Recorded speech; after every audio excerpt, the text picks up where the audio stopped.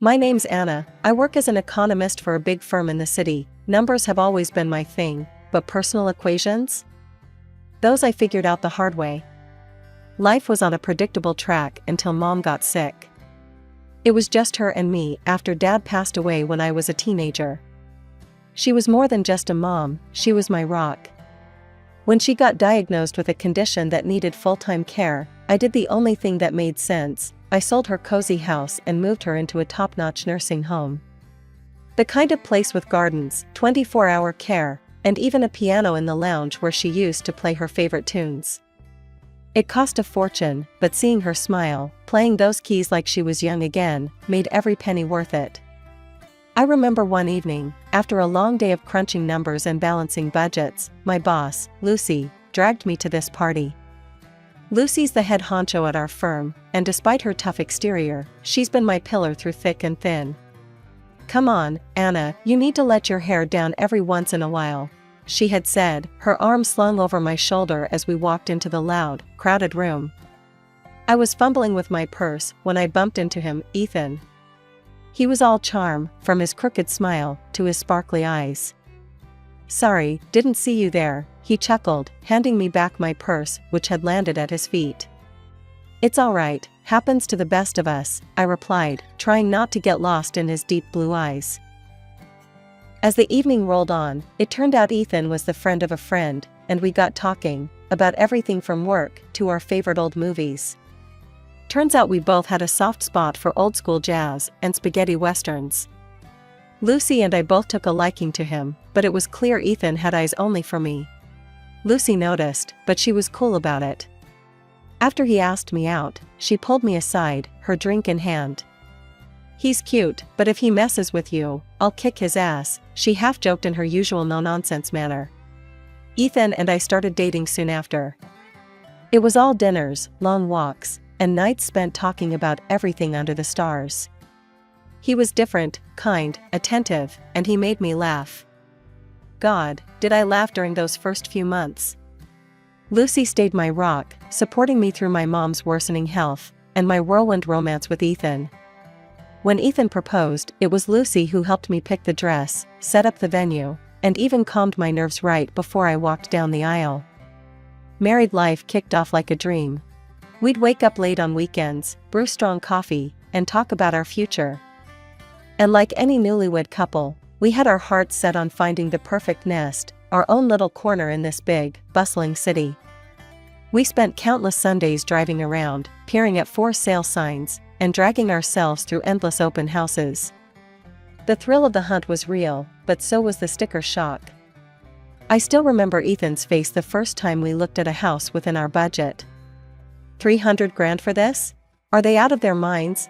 He blurted out as we toured a particularly cramped two-bedroom that looked more like a rundown shack than a cozy love nest. Maybe we're rushing into this. We could save up a bit more, give it another year or two. His words made sense, and honestly, the pressure to find a house right away was eating at me too. "Yeah, maybe you're right. No need to rush. We've got plenty of time," I agreed, squeezing his hand. So, we put the house hunt on pause. It seemed like the sensible thing to do, and life went on. But things shifted when my mom passed. It was sudden, a call in the middle of the night that left me scrambling to get to her side, only to arrive too late. Losing her was like losing my anchor, and in the weeks that followed, I walked around in a daze. Ethan was there, though, holding me at night while I cried, making sure I ate something, even if it was just toast. One evening, as I was sorting through some of Mom's papers, I found documents from the nursing home about the remaining funds. It was a hefty sum, parked quietly in a savings account, around $200,000.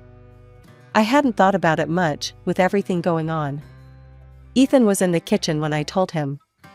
His reaction was, off. "Wow, that's a lot of money, babe. You know, that could buy us a house outright. No more mortgage worries," he said, a little too quickly, his eyes not quite meeting mine. I remember frowning, feeling a twinge in my gut. "Yeah, maybe," I muttered, folding up the paper. "But let's think about it, okay? It's all pretty fresh." Sure, he replied, but there was a note in his voice that I couldn't place. Something that made me watch him a little more closely as he turned back to chopping vegetables, his knife tapping rhythmically against the cutting board. After what felt like an eternity of house hunting and countless discussions, Ethan and I finally bought our dream home. We settled on a charming little place not too far from the city center, but still with enough backyard space for maybe a dog or two down the line. "We did it, babe," I said to Ethan as we stood in our new living room, boxes stacked around us waiting to be unpacked. "Yeah, we did," he smiled, wrapping his arms around me. "This is all ours." The house quickly turned into a project of love. We painted, decorated, and turned it into a home. Our weekends were filled with trips to furniture stores and discussions over coffee about which curtains matched the living room decor better. It was exhausting, but thrilling. A couple of months into our new homeowner bliss, Ethan suggested we visit his mom for dinner. "It's been a while, and she keeps asking about the house," he said one morning, looking up from his phone. I had only met his mom a few times. She lived on the outskirts of a small village, surrounded by forests and fields. Her house, much like her lifestyle, was quaint but cluttered with jars of herbs and tinctures. She was a firm believer in natural remedies and often boasted about curing a cold with nothing but a special tea or a concoction of her own making. When we arrived, the aroma of something herbal wafted through the air. Ethan's mom, Martha, greeted us warmly but looked a bit pale. "Oh, I've just been feeling under the weather," she explained as she led us into the kitchen where dinner was laid out. "Have you seen a doctor?" I asked, concerned, as we settled around the table. Martha scoffed, shaking her head vigorously. No, I don't trust those doctors. I've got my own remedies." She gestured towards the countless jars lining the shelves. During dinner, Martha's cough seemed to worsen, and she casually mentioned, "You know, Anna, maybe you could stay for a few days, help me out around here with some things?" I was caught off guard. "Oh, Martha, I wish I could, but work is slammed right now. We just took on a big project, and I can't really take any time off," I explained, trying to keep my tone gentle. "Maybe you should do what my mom did?" Martha's eyes narrowed a bit. "I remember you put your mother in a nursing home," she said abruptly. "Maybe that's what you think I need too." I felt a stab of pain at the mention of my mom. It was the best option for her, Martha. She needed professional care that I couldn't provide at home. Martha shook her head, dismissing my explanation. "I would never let strangers take care of me. I'll stick to my herbs and tinctures," she declared, gesturing defiantly at her collection. The rest of the dinner passed in uncomfortable silence. Ethan didn't say much, and I felt the tension thickening. As we drove home, I tried to break the ice. "Ethan, I didn't mean to upset your mom. It's just..." He cut me off, his voice cold. "Maybe you could have been a bit more understanding, Anna. She's old school, you know how she is." When Ethan and I walked through the door of our home that night, the silence was deafening. The drive had been icy cold, the kind of silence that weighs down every word before it can be spoken. We both knew something had shifted, and not for the better. As I hung up my coat, Ethan finally broke the silence. "Anna, do you even love me?" His voice was a mix of frustration and disbelief. I turned, startled by his question. "What? Of course, I do. Why would you even ask that?" He paced a bit before stopping in front of me, his eyes searching mine. "Because you wouldn't stay to help my mom. If you loved me, you'd care about my family too." I was taken aback. "Ethan, I do care. I've always supported your relationship with your mom. But I can't just drop everything, Anne." "And what? Live there?" he snapped. "That's exactly what I'm talking about. You're not willing to make sacrifices." His words hung in the air, and I could feel the tension spike. Then, he added something that rocked me to my core. "Maybe I was wrong about us. If you can't support me with this, maybe we shouldn't be together." I was speechless, my mind racing. This was not the man I married. The man I loved was understanding, compassionate. Not the stranger making ultimatums. With nowhere else to turn, I called Lucy. Her phone rang a couple of times before she picked up. "Hey, Anna, everything okay?" I poured out everything, from the dinner with Martha to Ethan's harsh words and the looming threat of divorce. Lucy listened quietly, only interjecting to clarify a point or two. After I finished, she was silent for a moment. Then, "That's rough, Anna. But you know what? You did what you could. You can't just upend your life because Ethan or his mom expects you to. And threatening divorce? That's manipulative, Anna. You see that, right? Talk to him when things have cooled off." The next few weeks were tough. Ethan became more withdrawn, barely helping around the house, always buried in his phone or out for long walks alone. Whenever his mom called, he'd put her on speakerphone, ensuring I heard every complaint about her health and how she was sure she'd die without our help. Each call ended with a significant look in my direction, a silent accusation.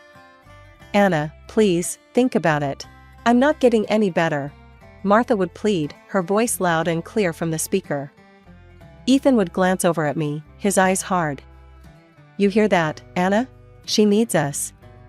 But I couldn't bring myself to give in, not like this, not with guilt as the driving force. I knew I had to stand my ground, but with each passing day, the gap between Ethan and me widened, filled with unsaid words and unresolved tensions. 2 weeks later, Lucy and I were at our favorite cafe, a little spot we'd often escape to during work breaks.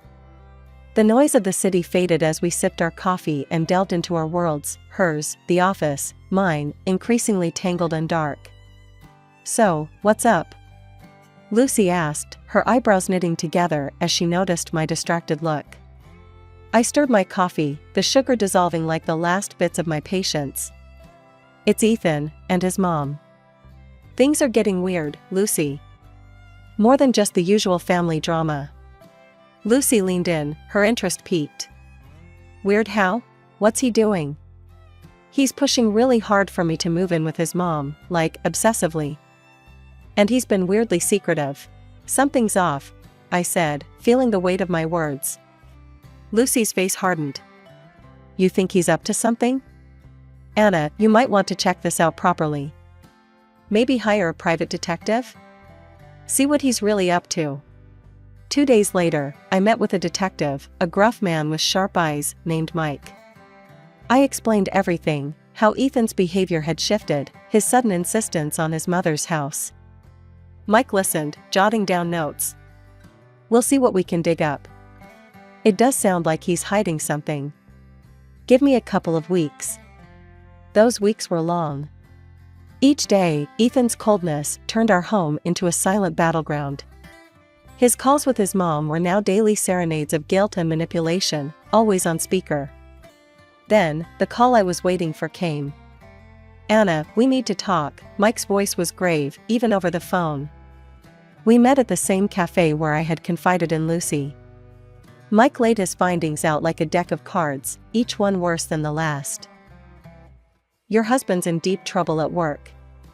He's on the verge of being fired because of some shady deals. And there's more, he's racked up a heap of debt, all under your radar." Mike started, his eyes never leaving mine. My heart sank. "Debts? How much are we talking about?" "Enough that he's desperate. He's taken out loans against his future earnings, maxed out credit cards, the works. But here's the kicker." Mike paused, sliding a recording device across the table. I stared at it, my hands trembling as I pressed play. Ethan's voice filled the cafe, mingled with his mother's croaky whispers. "Once Anna moves in here and I get her to transfer her assets, we can handle everything. Her money will cover it all." Ethan's voice was cold, calculated. I stopped the recording, nausea rolling in my stomach. Betrayal wasn't a strong enough word for this. Mike's next words were a blur as he advised me to get legal protection. "See a lawyer, lock down your accounts. Fast." The next day, I met with a lawyer, a no-nonsense woman named Janet who specialized in family law. "We'll start by securing your accounts. Then, we'll discuss your options regarding your marriage." As I left her office, a plan forming, I felt a strange mix of relief and devastation. Relief that I was taking steps to protect myself, and devastation that the man I loved, the man I had married, was a stranger. It was a week of sleepless nights and distracted days at work. The phone rang, startling me from a report I'd been staring at for far too long. It was Lucy. Her voice was urgent. "Anna, can you come to my office? Now. We need to talk." A chill ran down my spine.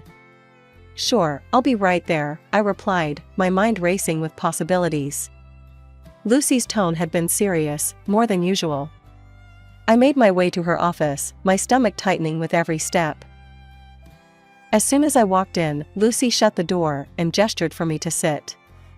She looked grave, her usual playful demeanor gone. "Anna, there's something you need to hear," she began, her voice low. "Ethan has been calling me.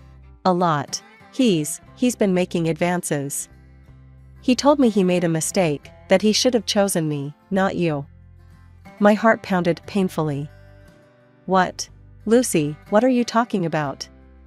She held up her hand, stopping my barrage of questions. "I recorded one of our conversations. You need to hear this yourself." She pulled out her phone, found a file, and pressed play. Ethan's voice filled the room, smooth and conniving. "Lucy, you know I've always liked you. If only I'd made the right choice back then. But it's not too late. We could fix that." My breath hitched as I listened, each word a dagger. But worse was yet to come. "I need a favor," Ethan continued on the recording. "Could you find a reason to let Anna go? Fire her. Once she's out of work, I can convince her to move in with my mom. Manage her finances, you know? Then there's nothing stopping us. Just think about it. Just us, together." I sat there, numb, as the recording ended. Lucy's face was a mask of fury and disgust. I played along, Anna. To see how far he'd go. He actually thought I was on his side, she explained, her voice thick with anger. Why would he want me to move in with his mom so badly? I managed to ask, my voice barely a whisper. Lucy shrugged, her lips pressed into a thin line. I don't know, Anna, but it's clear he's planning something sinister. You've got to be careful. Find out what he's really up to. I nodded, my mind a whirlwind of hurt and confusion. I will. I just need to think about how to handle this. Whatever you need, I'm here for you. We'll figure this out together, Lucy said, her hand reaching across the desk to squeeze mine.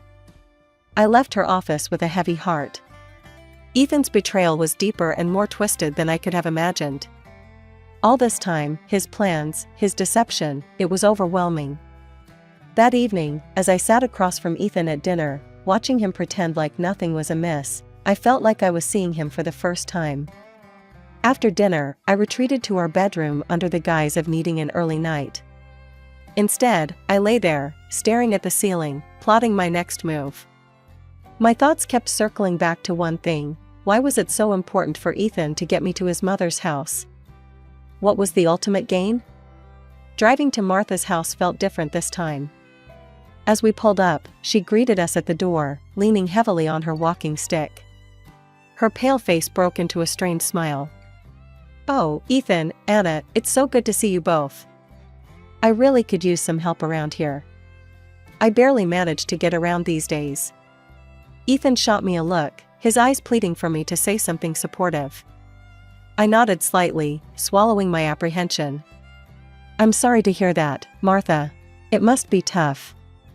As we settled into the uncomfortable familiarity of the living room, with its shelves of dusty books and jars of herbs, Martha's complaints grew more frequent. She lamented her inability to even venture into her beloved garden. Maybe a short walk might help? If you're up for it, I could help you to the garden, I suggested, watching her closely. Oh, that would be lovely, dear, Martha beamed. I just need to grab a sweater from the car.